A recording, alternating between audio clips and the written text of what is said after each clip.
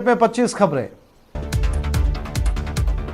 कुंभ नगरी हरिद्वार में पहले शाही स्नान का आगाज हो गया। महाशिवरात्रि के मौके पर आज सभी 7 सन्यासी अखाड़े शाही स्नान कर रहे हैं। सबसे पहले जूना अखाड़े के संतों ने स्नान किया, इसके बाद आह्वान अखाड़े और फिर किन्नर अखाड़े के संतों ने शाही स्नान किया।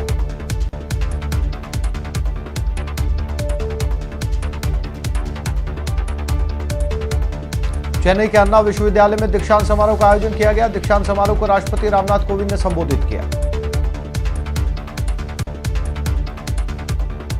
प्रधानमंत्री नरेंद्र मोदी ने आज स्वामी चिदमानंद जी की भगवत गीता का किडन वर्जन लॉन्च किया। इस मौके पर उन्होंने कहा कि गीता से जीवन को सही दिशा मिलती है।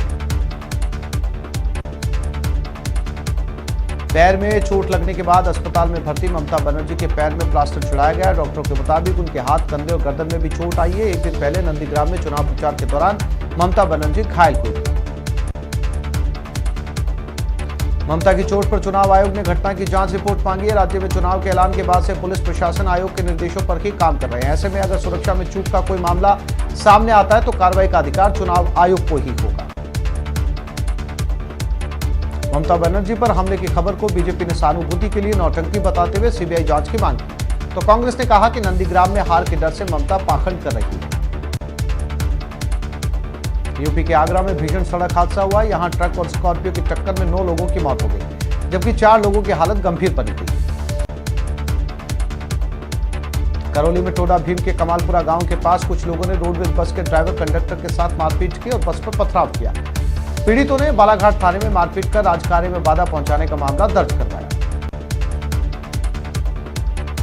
जोधपुर पुलिस कमिश्नरेट में ही बदमाशों ने जमकर उत्पात मचाया। बदमाशों के दहशतगर्दी का सीसीटीवी फुटेज तेजी से वायरल हो रहा है, जिसमें एक बदमाश एक दुकानदार को पीटता हुआ नजर आ रहा है।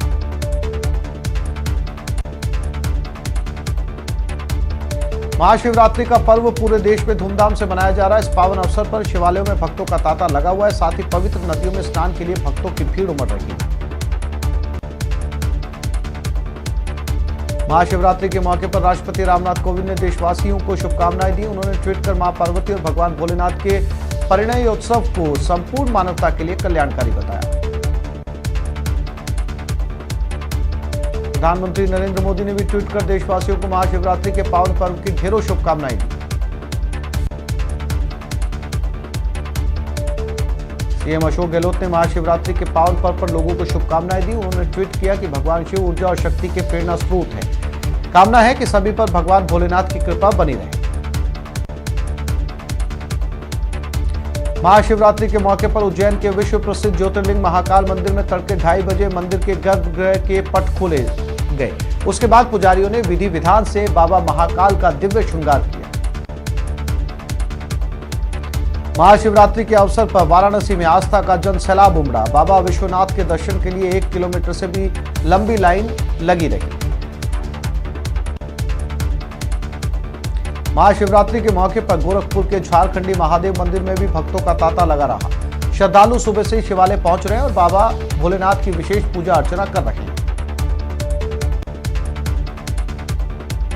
वहीं इस मौके पर श्रीनगर के शंकराचार्य मंदिर को भव्य तरीके से सजाया गया। जगमगाती रोशनी के बीच मंदिर की छवि देखते ही बनती है। यहां भक्तों ने महाशिवरात्रि पर विशेष यज्ञ का आयोजन किया। महाशिवरात्रि के मौके पर लोकसभा स्पीकर ओम बिरला ने अपनी पत्नी डॉक्टर अमृता बिरला के साथ शिव की आराधना की। कनॉट प्लेस स्थित शिव मंदिर में बिरला ने पूजा पाठ किया। उन्होंने देशवासियों को महाशिवरात्रि की शुभकामनाएं दी। महाशिवरात्रि के मौके पर जयपुर के शिवालयों में भी श्रद्धालुओं की भीड़ लगी रही। लोग सुबह से ही बाबा भोलेनाथ की विशेष पूजा अर्चना में जुटे रहे।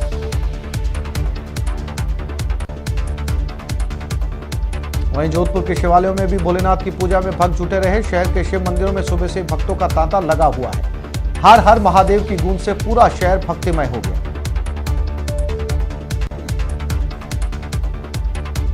कोटा के शिवपुरी धाम में शिव भक्तों ने 525 शिवलिंगों का अभिषेक किया। इस मौके पर शिव की विशाल प्रतिमा को फूलों से सजाया गया। शहर के दूसरे शिवालय भी भोले के जयकारे से गूंज रहे हैं। वहीं मुंबई के लोगों को महाशिवरात्रि के मौके पर बाबुलनाथ मंदिर में पूजा का अवसर नहीं मिल पाया। दरअसल कोरोना के बढ़ते केस के कारण मंदिर को 10 मार्च से ही बंद कर दिया गया। मंदिर 12 मार्च को सुबह 7:30 बजे तक बंद रहेगा।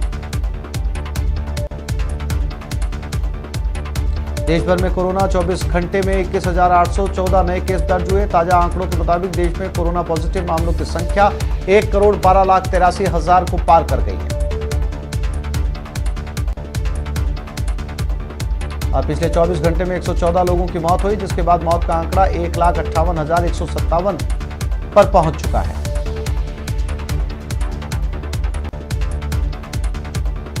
जबकि पिछले 24 घंटे में 17,674 मरीज रिकवर कर चुके हैं। इसके साथ ही रिकवर हुए मरीजों की संख्या 1,09,38,000 को पार कर गई।